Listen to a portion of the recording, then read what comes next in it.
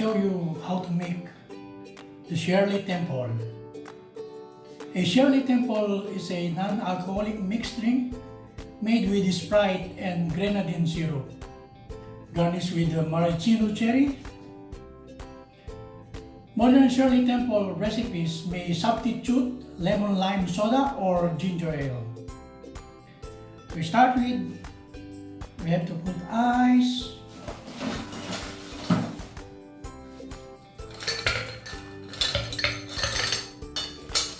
in a glass,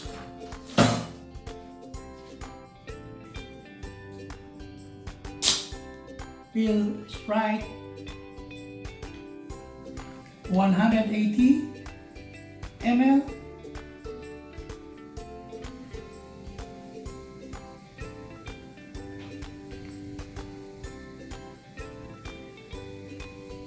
okay, 15 ml Grenadine syrup,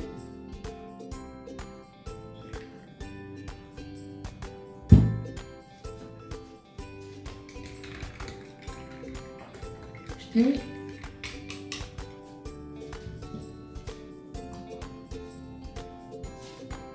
garnish with Maraschino cherries, 3 pieces.